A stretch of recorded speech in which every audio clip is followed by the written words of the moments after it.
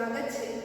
આજે આપણે ગુજરાતી વિષયનું પ્રથમ કાવ્યનો અભ્યાસ કરવાનો છે, જેનું નામ છે અખિલ બ્રહ્માંડમાં।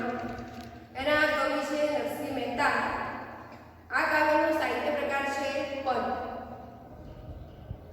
સૌપ્રથમ આપણે કવિ પરિચય જોઈએ તો નરસિંહ મહેતા આશરે 15મી સદીની અંદર થઈ ગયા। એમના જન્મ તારીખના કોઈ ફાઇનલ તારીખ નથી, પણ એમના વિશેની મળતી આધારભૂત કથાઓ પ્રમાણે એ આશરે 15મી સદીની અંદર થઈ ગયેલા હોય તો માનવામાં આવે છે। નરસિંહ મહેતાનો જન્મ ભાવનગર જિલ્લાના તળાજા પાસેના ગામમાં થયો હતો અને એમને પોતાની કર્મભૂમિ તરીકે એ પોતે જૂનાગઢમાં રહ્યા હતા। નરસિંહ મહેતા એ પોતે અભણ હતા, તેમ છતાં ગુજરાતી ભાષાની અંદર આજે આપણે પહેલું કાવ્ય તરીકે નરસિંહ મહેતાના પદનો ઉપયોગ કરીએ છીએ। નરસિંહ મહેતાનું સૌથી પ્રખ્યાત ભજન વૈષ્ણવ અને ગાંધીજીને ખૂબ જ પ્રિય હતું। નરસિંહ મહેતાનું ઉપનામ છે આદિકવિ। પરીક્ષાની અંદર પ્રશ્ન પૂછાય કે નરસિંહ મહેતાનું ઉપનામ શું છે, તો આદિકવિ તરીકે નરસિંહ મહેતા પ્રખ્યાત છે। નરસિંહ મહેતાએ ગુજરાતી ભાષાની અંદર સૌ પ્રથમ ભક્તિ ગીત રચવાની જો કોઈ શરૂઆત કરી હોય તો એ નરસિંહ મહેતા છે। નરસિંહ મહેતાનું સાહિત્ય છે એના એ બે વિભાગમાં વિભાજિત છે, એક આત્મચરિત્રાત્મક પદ અને બીજું કૃષ્ણ ભગવાનની ભક્તિના પદો। અહીંયા નરસિંહ મહેતાએ આત્મચરિત્રાત્મક પદની અંદર શામળાનો વિવાહ, કુંવરબાઈનું મામેરું જેવા પદ લીધા છે।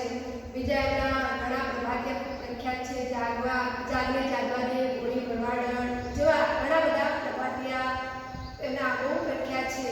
ગામડાની અંદર અત્યારે પણ સવારે મંદિરની અંદર નરસિંહ મહેતાના પ્રભાતિયા ગવાય છે। નરસિંહ મહેતાએ જ્ઞાન, ભક્તિ અને વૈરાગ્યના પદોની રચના કરી છે। આજે આપણે જે પદનો અભ્યાસ કરવાનો છે અખિલ બ્રહ્માંડની અંદર, એ નરસિંહ મહેતાએ ઈશ્વરની વાત કરી છે। અખિલ એટલે સમગ્ર બ્રહ્માંડની અંદર ઈશ્વર કઈ કઈ જગ્યાએ કેવી રીતે રહેલા છે, આપણે એને ઓળખીએ છીએ એની વાત કરી છે।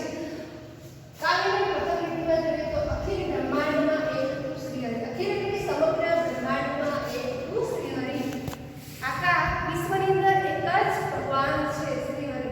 જુજવે એટલે કે જુદા જુદા રૂપે, અનંત ભાસે, ભાસુ એટલે દેખાવું। શું કહે છે કે અખિલ બ્રહ્માંડમાં એક શ્રી હરિ જુજવે રૂપે અનંત ભાસે, જુદા જુદા રૂપે અનંત દેખાય છે, ભાસુ એટલે દેખાવું।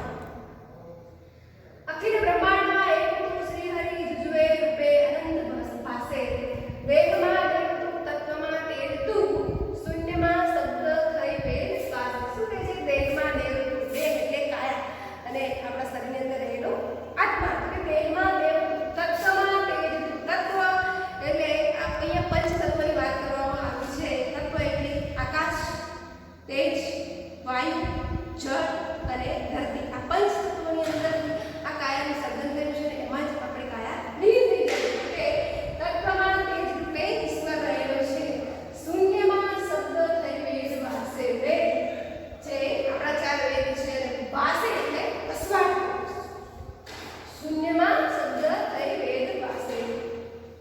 પવન શું કહે છે? નરસિંહ મહેતા એમ કહે છે, ઈશ્વરની વાત કરે છે કે પવન, આ પવન છે પણ એ ભગવાનનો એક રૂપ જ છે। પવન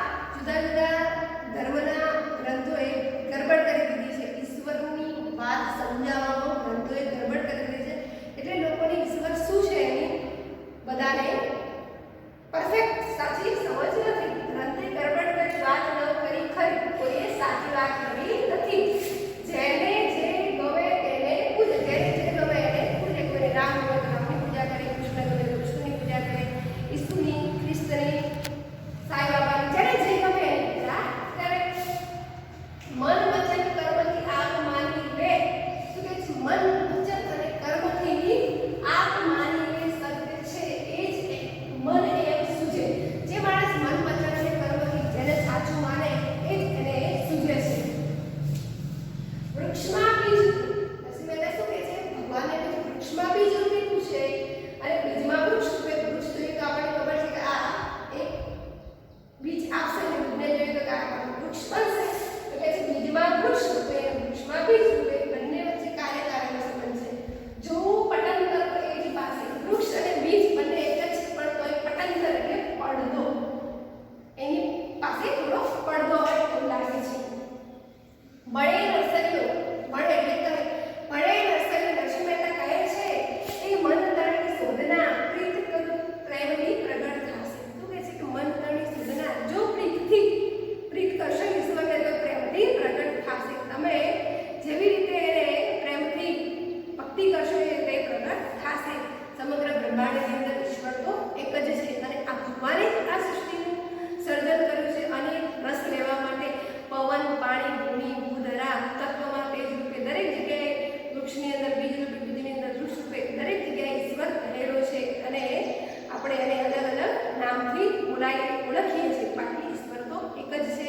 દરેક માણસની પણ એવી ઈચ્છા હોય છે કે છેલ્લે આ જીવનમાંથી શિવ સુધી જવાની દરેકની ઈચ્છા હોય છે. અહીંયા પરીક્ષાની અંદર પ્રશ્ન પૂછાઈ શકે એવા છે તો હેતુલક્ષી પ્રશ્નની અંદર એવો પ્રશ્ન પૂછાય કે આ અખિલ બ્રહ્માંડનો સાહિત્ય પ્રકાર કયો છે? તો પદ છે, ભક્તિ પદ. બીજો પ્રશ્ન પૂછાય કે નરસિંહ મહેતાનું ઉપનામ શું છે? તો કે આદિકવિ.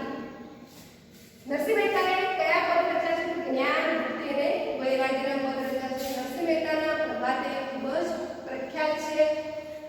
ઈશ્વર કઈ કઈ જગ્યાએ દેખાય છે? કે અખિલ બ્રહ્માંડની અંદર ઈશ્વર દેખાય છે. પવન, પાણી, ભૂમિ, ભૂધર આ દરેક જગ્યાએ ઈશ્વર રહેલો છે. ફરી એકવાર જોઈએ અખિલ બ્રહ્માંડમાં એક શ્રી હરિ દિવ્ય રૂપે અનંત ભાસ. શું કહે છે? અખિલ બ્રહ્માંડની અંદર એક શ્રી હરિ રહેલા છે, જુદા જુદા રૂપે અનંત ભાસે અલગ અલગ રૂપે દેખાય છે. દેહમાં દેવ રૂપે, તત્વમાં તેજ રૂપે.